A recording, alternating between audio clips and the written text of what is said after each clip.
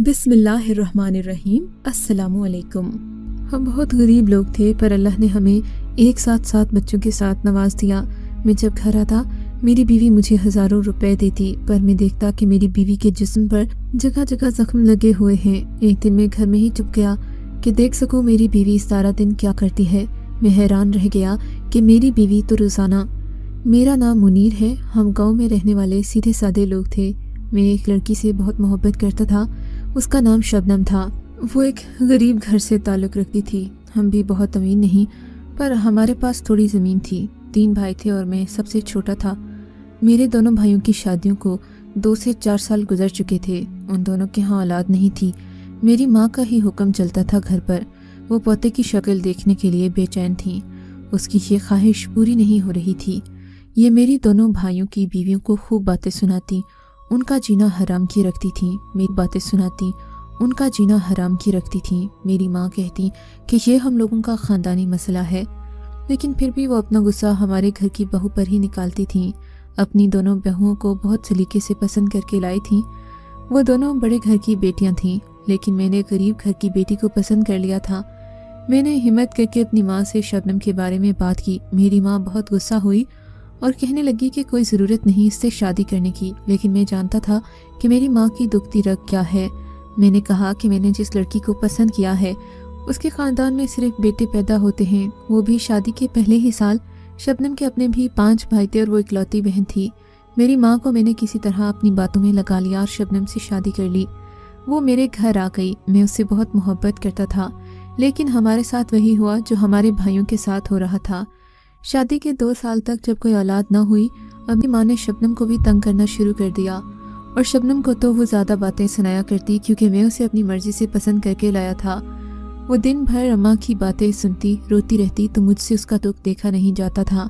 एक दिन मैंने अपनी माँ से बात करने का सोचा और मेरी माँ इतना गुस्सा हो गई कि मुझे घर से निकल जाने को कह दिया। मैं भी वक्ती गुस्से में आ गया और कह दिया कि ठीक है, हम इस घर से चले जाएंगे। मैं शबनम को लेकर घर से निकल गया, पर हमारे पास कुछ भी नहीं था। न हमारे पास घर का कोई सामान था, न ही किचन का सामान, बस कुछ पैसे। मैंने अपने दोस्तों से मदद मांगी। इन्होंने मेरा बहुत साथ दिया। गांव में बहुत दूर और सुनसान इलाके में एक घर था जिसका मालिक कई सालों से गांव नहीं आया था। मेरे दोस्तों ने मेरे लिए उस घर का ताला तोड़ दिया और कहा कि जब तक इस घर का मालिक नहीं आता तुम लोग यहाँ ही रहो, फिर बाद में इंतज़ाम कर लेंगे। उस घर में कुछ सामान भी मौजूद था। मुझे मेरे दोस्त ने मजदूरी का काम बताया। मैं ये काम करने पर राज़ी हो गया।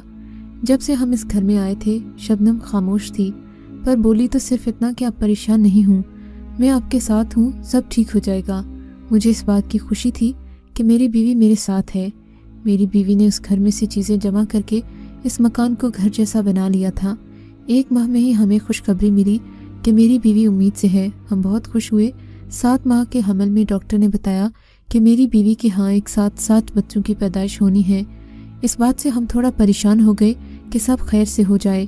गांव के सरकारी अस्पताल की डॉक्टर साहिबा बहुत अच्छी खातून थी। इन्होंने हमारी बहुत मदद की। अल्लाह ने हमें एक साथ 7 बेटों से नवाजा। हम दोनों बहुत खुश थे, पर दिल में हज़ारों फिक्रें भी थीं कि एक साथ इतने सारे बच्चों का खर्च कैसे पूरा करेंगे। मेरी नौकरी से तो जो पैसे मिलते वो बहुत कम थे। फिर से दोस्त काम आए करते। किसी तरह गिरते पड़ते 3 माह का वक्त निकल गया। शबनम की तबीयत भी अब संभलने लगी थी, पर अब हमारे बुरे दिन शुरू हो गए थे। घर में खाने को कुछ न होता। एक दिन मेरी माँ, दोनों भाई और उनकी बीवियाँ अचानक हमारे घर आ गईं। मैं अचानक उन सबको देखकर हैरान रह गया। मेरी माँ ने मेरे बच्चों को प्यार किया। वो उनके लिए कपड़े, दूध, खिलौने, शबनम के लिए कपड़े और हमारे लिए खाना भी बना कर लाई थी। हमने बहुत अरसे बाद पेट भरकर खाना खाया। बच्चों ने भी दूध पिया और उन सबसे प्यार करने लगे। मैं खुश था कि चलो बुरे वक्त में अपने ही काम आते हैं, पर मेरी माँ ने एक बहुत ही अजीब बात कह डाली। कहने लगी, अब तुम दोनों घर वापस आ जाओ, मेरा तो दिल फटा जा रहा है तुम लोगों को इस खंडर में रहते देखकर। अपने घर आ जाओ, वहाँ सुकून से रहो। बस अब तुम लोगों को अपने लिए वहाँ एक और कमरा बनाना होगा, जगह कम है। और एक काम ये भी करना होगा कि अपने 2-2 बेटे अपने दोनों भाइयों को लिख। वैसे भी अकेले तुम 7 बच्चों को कैसे पालोगे? इस तरह सबको औलाद मिल जाएगी। मैं और शबनम हैरान रह गए। अम्मी, यूं भी तो ये बच्चे हम सबके ही हैं। चाचू बाप जैसा, चाची माँ जैसी होती है। मैंने बात संभालने की कोशिश की। नहीं नहीं बेटे, ये नहीं होगा। तुम्हें बाकायदा लिख कर देना होगा। मेरी माँ ने तो गोया फैसला सुना दिया, जैसे वो यहाँ सिर्फ इसलिए आई थी। मैं भी हैरान ही था कि शबनम ने उनकी लाई हुई चीज़ें उनके सामने रखी और कहा, मैंने 9 महीने जो तकलीफ़ काटी है उसका 1 घंटा भी आपने नहीं गुजारा। जब मैं तकलीफ़ में थी तब आप लोग मेरी मदद को क्यों नहीं आए? अब आप सिर्फ और सिर्फ अपने मतलब के लिए यहाँ आ गए हैं। मैं अपनी औलाद आपको नहीं दूंगी। औलाद कोई बांटने की चीज़ नहीं होती। चले जाओ यहाँ से, और हम जिस हाल में भी रहें ये हमारा मसला है, आपका नहीं। सच कहूँ तो शबनम ने मेरे दिल की बात के बुरा भला कहना शुरू कर दिया, बल्कि इस बार तो बाकायदा बद्दुआ भी थी कि हम कभी सुकून से ना रहें। फिर वो लोग वहाँ से चले गए। उनके जाने के बाद मैं और शबनम बहुत परेशान थे, क्योंकि सच तो यही था, हमसे 7 बच्चों का खर्चा उठाया नहीं जा रहा था। लेकिन वो बात मेरे दिमाग में हरगिज़ नहीं आ रही थी जो अम्मा करके गई थी। मैं अपनी औलाद किसी को नहीं दे सकता था। मैंने शबनम को यकीन दिलाया कि सब ठीक हो जाएगा, मैं और मेहनत करूँगा। उसने भी कहा कि वो भी गांव में कोई काम तलाश करेगी, कोई ऐसा काम जो घर बैठकर कर सके, चाहे उसे किसी के जूते ही क्यों ना बनाने पड़े। अगले रोज़ शबनम ने मुझसे कुछ बीज मंगवाए और कहा कि घर के सामने जो थोड़ी ज़मीन पड़ी है उसमें वो कुछ सब्जियां उगाना चाहती है, ताकि घर में हर वक्त खाने को कुछ न कुछ तो मौजूद हो। शबनम सब्जियां उगाने के लिए ज़मीन साफ़ कर रही थी तो उसे मिट्टी में दबा हुआ एक मटका मिला। उसने उसे बाहर निकाला, उसे धोया, उसमें पानी डालकर रख दिया। वैसे तो उसे धोया, उसमें पानी डालकर रख दिया। वैसे तो इस घर में बर्तनों की कमी थी, पानी डालने के लिए इतना बड़ा बर्तन मिल जाना एक अच्छी बात थी। 2-4 दिन ही गुजरे थे, मैंने घर में नई नई चीज़ें देखना शुरू कर दी। मैंने शबनम से कहा कि इन चीज़ों को ख़रीदने के पैसे कहाँ से आए, तो उसने कहा कि मैंने गांव की औरतों के कपड़े सीने शुरू कर दिए हैं। मशीन भी मुझे एक औरत ने हमदर्दी के तहत दे दी है। एक दिन शबनम बैठने लगी तो उसके मुंह से आह की आवाज़ निकल गई। मैंने कहा, क्या बात है, तुम्हें दर्द है? कहने लगी, हाँ, मेरी टांग में थोड़ा दर्द है। जब मैंने देखा तो उसकी टांग पर एक जख्म लगा हुआ था। शबनम के पास हमेशा पैसे होते, वो पैसों से हमारे बच्चों के लिए चीज़ें खरीदती, लेकिन साथ ही ये भी देख रहा था कि वो रोज़ ही बीमार होते हैं। रोज़ उसके जिस्म पर कोई ना कोई जख्म लगा होता जिसे वो मुझसे छुपा रही होती। साथ में ये भी जानता था कि हम जिस घर में रहते थे वो गांव से बहुत दूर था। इसके बारे में मशहूर था कि यहाँ कोई नहीं, से इतनी दूर औरतें उसको कपड़े सिलवाने कैसे आ सकती थीं। घर में मैंने कोई मशीन तो देखी नहीं थी, लेकिन वो मुझसे झूठ क्यों बोल रही थी। एक दिन मैं काम से घर वापस आया तो मैंने शबनम को ज़मीन पर पड़े देखा। वो बेहोश हो गई थी, उसकी हालत बहुत बुरी थी।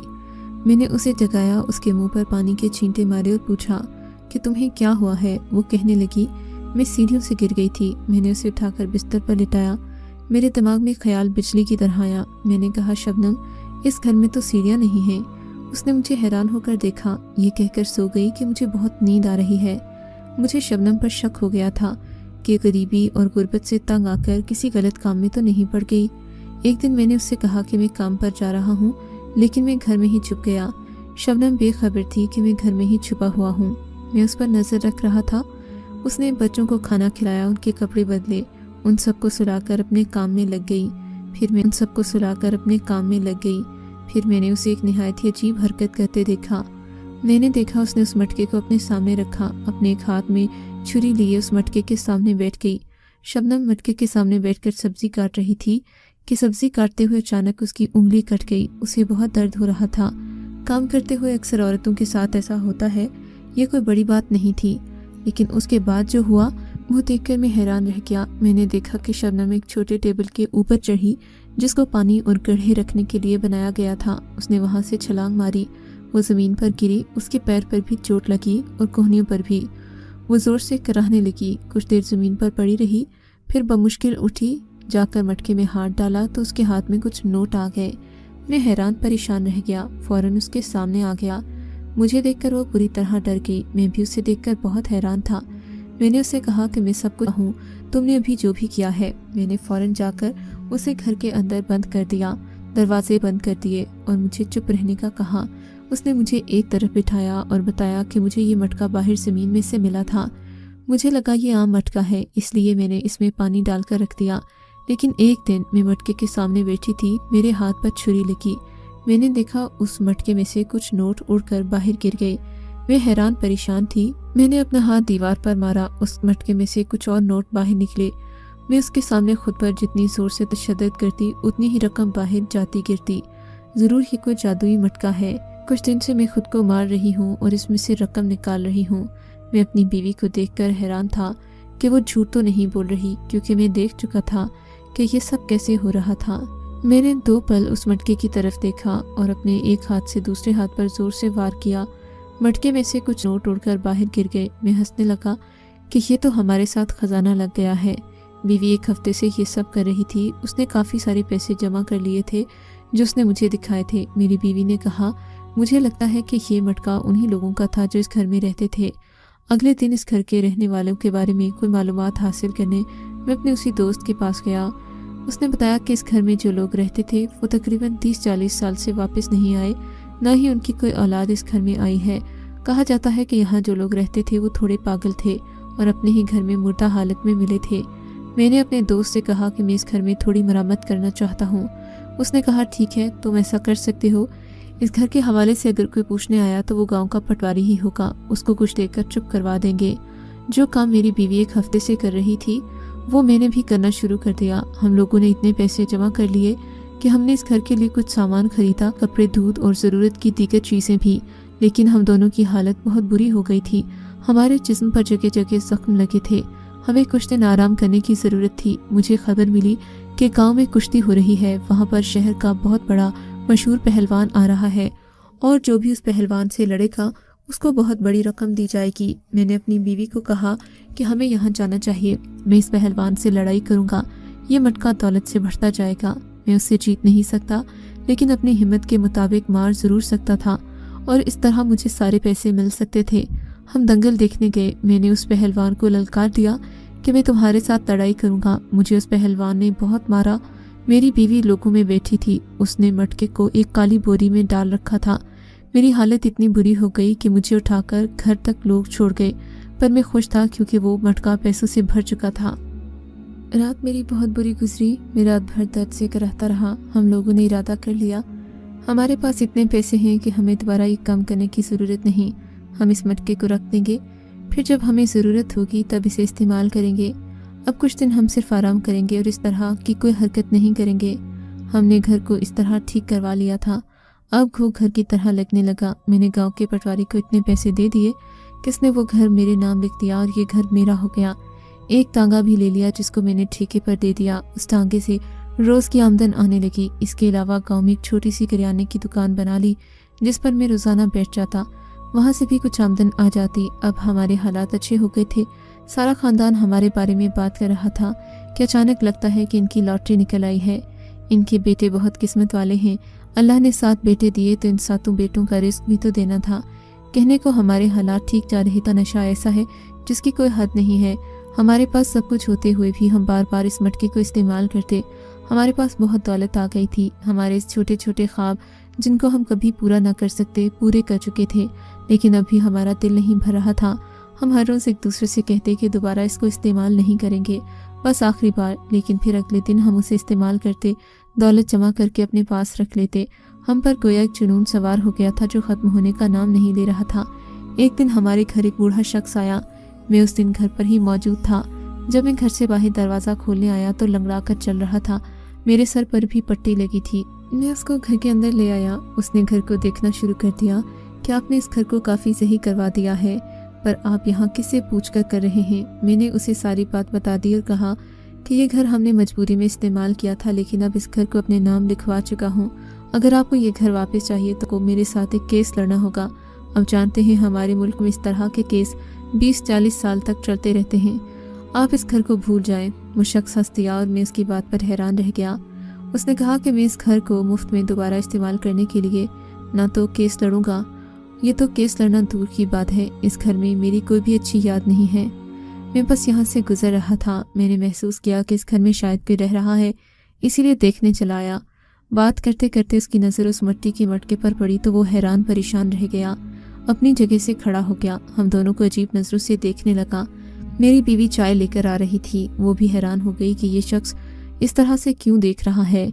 ये तुम लोगों को कहाँ से मिला? तुम लोग इसे इस्तेमाल कर रहे हो? कब से? हमने अनजान बनने की कोशिश की और कहा, आप क्या बात कर रहे हैं? ये तो एक आम मिट्टी का मटका है जिसे हम पानी डालने के लिए इस्तेमाल करते हैं। उस शख्स ने कहा, आम मटका नहीं बल्कि एक जादुई मटका है जो मेरे सारे ख़ानदान को निकल गया था। یہ سن کر ہم حیران رہ گئے۔ اس نے بتایا کہ میں اور میرا سارا خاندان اسی گھر میں رہتا تھا۔ میرے 2 بیٹے تھے، ان کی بیویاں تھیں، میری بیوی تھی، پوتے پوتیاں تھے۔ ہمیں یہ مٹکا ہماری زمین میں دبا ہوا ملا۔ پھر ہمیں معلوم ہوا کہ یہ ایک جادوئی مٹکا ہے، جس کے سامنے خود کو تکلیف پہنچائی جائے تو یہ تکلیف کے مطابق آپ کو رقم دیتا ہے۔ ہم لوگ بھی غریب تھے، اس مٹکے کی مدد سے امیر ہو گئے۔ یہ گھر جو اتنا بڑا تم لوگ دیکھ رہے ہو، یہ بڑا گھر نہیں تھا، مٹی کی ایک جھونپڑی کی صورت میں ہم نے یہاں بنایا تھا، لیکن پھر ہمارے پاس اتنی دولت آ گئی کہ ہم نے اسے اپنے گھر کی شکل دے دی۔ آس پاس کی ساری زمین بھی ہم نے خریدی اور اس پر کاشتکاری کرنے لگے۔ سبھی اپنے آپ کو تکلیف پہنچا کر اس میں سے روز دولت نکالتے، مگر پھر میرے بیٹوں میں اس مٹکے کو لے کر پھوٹ پڑ گئی۔ میں گھر میں لڑائیاں کرنے لگا۔ بیماریوں نے ہمارا گھر دیکھ لیا،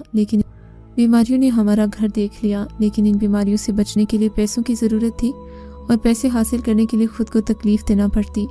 ہم سب لوگ بہت زخمی اور بیمار رہنے لگے۔ ہماری حالت ایسی ہو گئی جیسے ہم کوئی انسان نہیں، چلتی پھرتی لاشیں ہیں۔ جسموں پر زخم جو پہلے ٹھیک نہ ہوتے اور پھر ہم دوبارہ اور زخم بنا لیتے۔ اس کے پیچھے میرے دونوں بیٹوں نے آپس میں لڑائی کی، ایک دوسرے کو جان سے مار ڈالا۔ میری بہوئیں بیوہ ہو گئیں، ان کے بچے یتیم ہو گئے۔ میری بیوی اپنے 2 بچوں کی موت دیکھ کر پاگل ہو گئی۔ میری بہوئیں اپنے بچے لے کر اپنے گھروں کو واپس لوٹ گئیں۔ میں اپنی بیوی کو لے کر اس گھر کو چھوڑ کر یہاں سے چلا گیا۔ میں نے اس مٹکے کو اسی جگہ مٹی میں دبا دیا جہاں سے یہ ملا تھا۔ اس بات کو بھی 15-20 سال ہو گئے ہیں۔ میری بیوی اب اس دنیا میں نہیں ہے۔ میں اپنی ایک بیٹی کے گھر رہتا ہوں۔ یہ مٹکا آپ کو دولت تو دیتا ہے، لیکن آپ کو اس دولت کو حاصل کرنے کے لیے ایک بہت بڑی قیمت چکانا پڑتی ہے۔ یہ تلاش میں ہوتا ہے اور اس مالک کو دولت کے لیے اتنا پاگل بنا دیتا ہے کہ وہ خود اپنی ہی جان لے لیتا ہے۔ پھر یہ کسی اور مالک کی تلاش میں نکل جاتا ہے، کسی نہ کسی طرح اسے مل ہی جاتا ہے، جیسے پہلے ہمیں ملا تھا، اب تم لوگوں کو مل گیا۔ اس شخص نے ہمارے بیٹوں کی طرف دیکھا تو کہا، تم لوگ کیوں اپنی زندگی برباد کرتے ہو؟ تم لوگوں کو اللہ نے اتنے پیارے بچے دیے، ابھی تم لوگ جوان ہو، اس مٹکے کو واپس زمین میں دبا دو۔ اس کو توڑا نہیں جا سکتا۔ تم لوگوں نے شاید اسے توڑنے کی کوشش کی ہو، مگر تم ایسا سوچ بھی نہیں سکتے۔ میں نے اس کو توڑنے کی بہت کوشش کی، پر اس کو توڑ نہیں سکا۔ اس کا حل یہی ہے کہ اس کو دوبارہ دبا دیا جائے۔ ہم نے ایک دوسرے کی طرف دیکھا اور سوچا کہ واقعی ہم خود کے ساتھ کیا کر رہے تھے۔ اگر کل کو ہمیں کچھ ہو جاتا تو ہمارے بچوں کا کیا ہوتا؟ ہم لوگوں کی حالت بالکل مریضوں جیسی ہو گئی تھی جو بمشکل اپنے قدموں پر چل رہے تھے۔ تم لوگ اس گھر میں رہو، مجھے یہ گھر نہیں چاہیے۔ کیونکہ میرے پاس تو ویسے بھی سب کچھ ہے، اس گھر میں ہی رہو۔ تم لوگوں نے اپنا کوئی کاروبار کرنا ہے تو وہ بھی بتاؤ، اس مٹکے کو دوبارہ واپس دبا دینا۔ وہ ہمیں سمجھا بجھا کر چلا گیا۔ میں نے اس مٹکے کو اٹھایا کہ اسے واپس دبا دوں گا، مگر میری بیوی نے میرا ہاتھ پکڑا اور مجھے روک دیا۔ میں حیران پریشان رہ گیا کہ اب یہ کیا کرنا چاہتی ہے۔ اس نے کہا کہ اس کو یہاں نہیں، کہیں بہت دور دفنا کر آؤ، نہیں تو ہم پھر اس کی تلاش میں نکل پڑیں گے۔ وہ ٹھیک کہہ رہی تھی، اسے بہت دور کہیں دفنا کر آنا چاہیے تھا۔ میں نے ایسا ہی کیا اور اسے بہت دور دراز علاقے میں گہرائی میں دفنا کر آیا۔ اب ہمارے پاس کریانے کی دکان بھی، ایک سواری بھی ہے، اللہ کے دیے خوبصورت بیٹے بھی، اور ہمارے لیے آپ کو اگر یہ کہانی اچھی لگی ہے تو اس ویڈیو کو لائک کیجیے، اور اس طرح کی مزید کہانیاں سننے کے لیے ہمارے چینل کو ضرور سبسکرائب کیجیے۔ کہانی سننے کا شکریہ۔ آپ سے ملاقات ہوگی اگلی ویڈیو میں، تب تک کے لیے اللہ حافظ۔